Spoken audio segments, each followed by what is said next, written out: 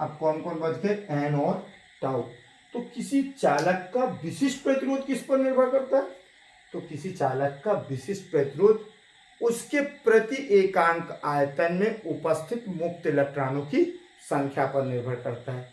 तो किसी चालक के विशिष्ट प्रतिरोध की निर्भरता किस पर हो गई, उसमें उपस्थित उसके प्रति एकांक आयतन में उपस्थित मुक्त इलेक्ट्रॉनों की संख्या। अर्थात यदि चालक अच्छा है, चालक गुड कंडक्टर है, सुचालक है, तो उसकी विशिष्ट प्रतिरोध या प्रतिरोधकता कम होगी। और चालक यदि बुरा चालक है, ठीक है, तो उसकी विशिष्ट प्रतिरोध क्या होगा, अधिक होगा। मान विशिष्ट प्रतिरोध की निर्भरता क्या है, चालक के प्रति एकांक आयतन में उपस्थित मुक्त इलेक्ट्रॉनों की संख्या। चूंकि विशिष्ट प्रतिरोध इसके व्युत्क्रमानुपाती होता है, अर्थात सुचालक के विशिष्ट प्रतिरोध कम, अर्थात चांदी सबसे अच्छी सुचालक है, क्योंकि उसमें चांदी धारा की विद्युत धारा की सबसे अच्छी सुचालक है, क्योंकि उसमें मुक्त इलेक्ट्रॉनों की संख्या बहुत अधिक पाई जाती है। नंबर 2 पे आता है तांबा, कॉपर, जिसमें चांदी से कम लेकिन बाकियों से अधिक इलेक्ट्रॉन, मुक्त इलेक्ट्रॉन पाए जाते हैं। इसके बाद आता है एल्यूमिनियम। तो दूसरी चीज टाउ, टाउ माने विश्रांति काल। विश्रांति काल किससे संबंधित है, तापमान से। तो चालक के पदार्थ के तापमान पर, ताप पर, चालक पदार्थ विशिष्ट प्रतिरोध किस पर निर्भर करता है, चालक पदार्थ के ताप पर। यदि ताप बढ़ाओगे तो चालक में मुक्त इलेक्ट्रॉन उपस्थित मुक्त इलेक्ट्रॉनों की गतिज ऊर्जा बढ़ेगी।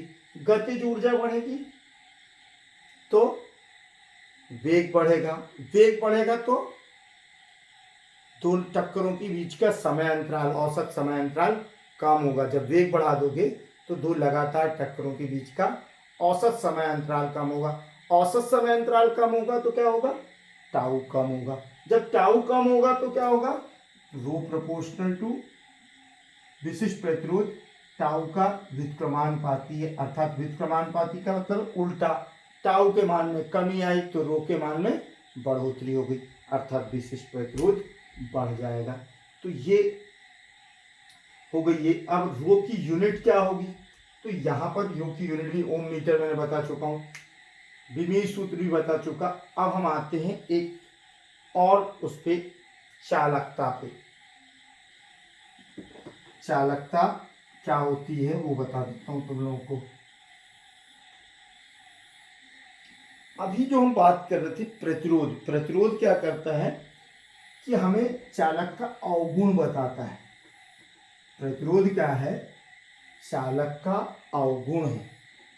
हम उसको दूर करना चाहते हैं, हम चालक की शक्ति निर्धारित नहीं कर रहे हैं।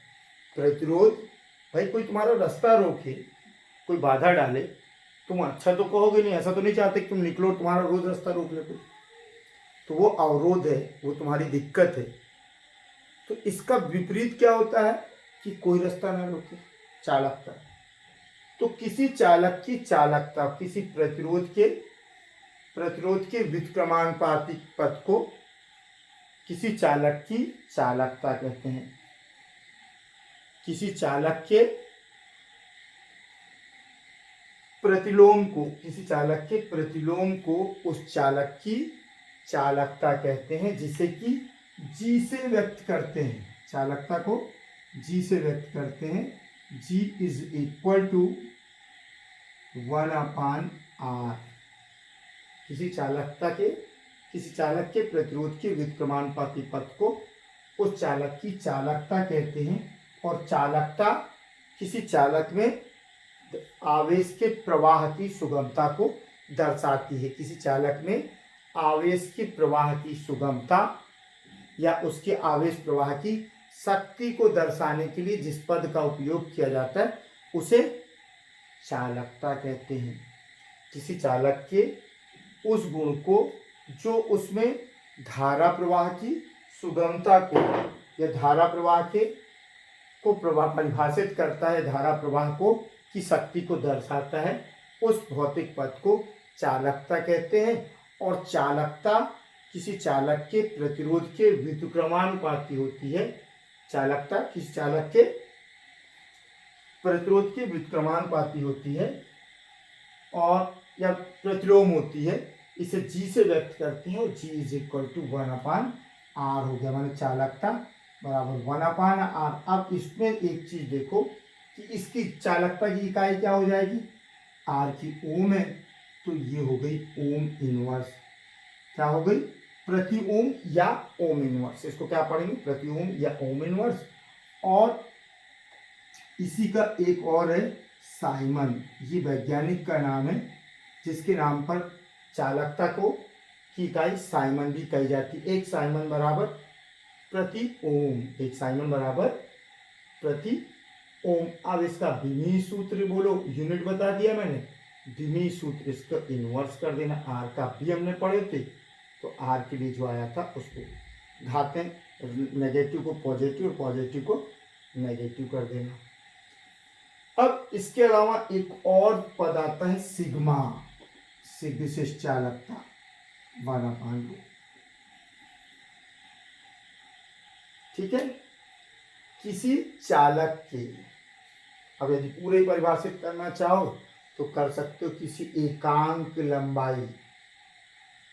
एकांक लंबाई एवं एकांक अनुप्रस्थ काट के चालक तार में चालकों के प्रवाह को दर्शाने वाले पद, भौतिक पद को उस चालक की विशिष्ट चालकता कहते हैं। एकांक लंबाई एवं एकांक अनुप्रस्थ काट के चालक में आवेश प्रवाह की शक्ति को निर्धारित करने वाले पद को उस चालक की विशिष्ट चालकता कहते हैं।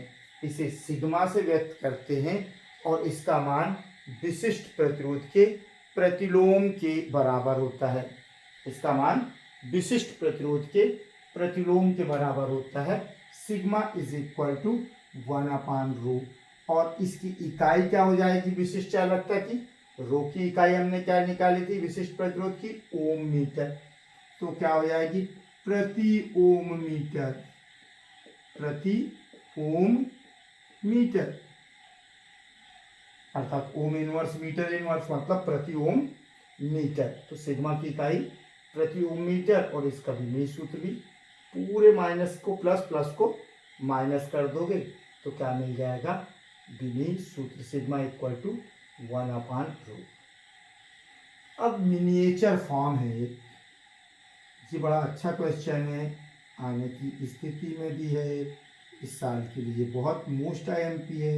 मिनिएचर फॉर्म अर्थात लघु रूप, miniature form of Ohm's law. Ohm के नियम का लघु रूप इसको कहते हैं, या ओम के नियम का लघु रूप कह लो, या इसी को हम कहते हैं, एक प्रश्न इसी में बनता है, ओम के नियम का लघु रूप ना देख के सीधा सीधा बोलता है कि किसी चालक में धारा घनत्व, किसी चालक में धारा घनत्व और विशिष्ट चालकता के बीच में संबंध स्थापित कीजिए।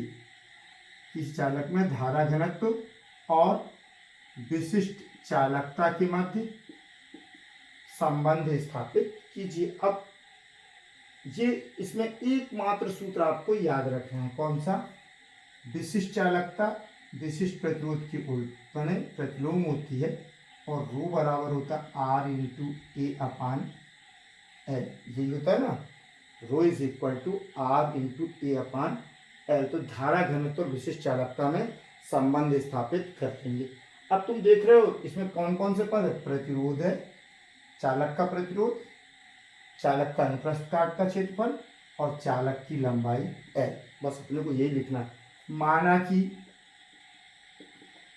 एक चालक तार की लंबाई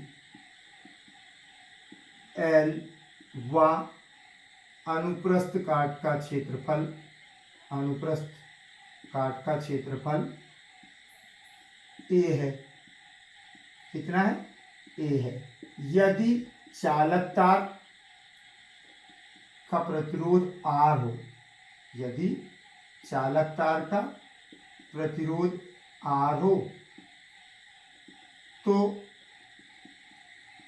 चालक का विशिष्ट प्रतिरोध, अब वही सूत्र लिख देंगे जिसके कारण अपन लिख रहे थे, रो इज इक्वल टू, देखो ये सिग्मा इक्वल टू 1/रो भी यूज होगा, सिग्मा इक्वल टू 1/रो, और ये रो इज इक्वल टू हमने पढ़ा था अभी R इंटू E/L।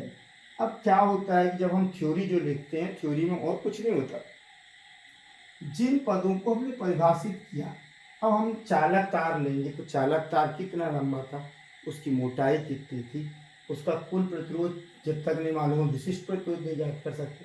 बस ये कि चालक था, एक L लंबाई का चालक ए अनुप्रस्थ काट का चालक तार है जिसका कुल प्रतिरोध R है, तो चालक का विशिष्ट प्रतिरोध क्या हो जाएगा, विशिष्ट प्रतिरोध rho is equal to R into A/L। अब अपने को संबंध चालकता से 1/रो तो मिल जाएगा, धारा घनत्व से स्थापित करना है।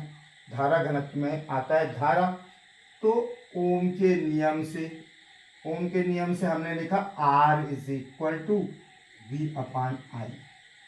R का मान हम क्या रख सकते हैं, rho is equal to V/I into A/L।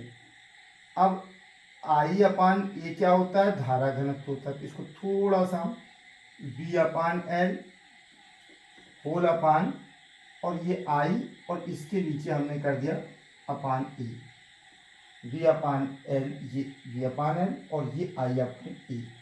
चूंकि V/L हमने कई अभी बहुत यूज कर चुके हैं, L लंबाई पे यदि विभवांतर आरोपित किया तो उत्पन्न विद्युत क्षेत्र की तीव्रता E होती है, और इसी तरह से धारा घनत्व G बराबर होता है अपना I/A।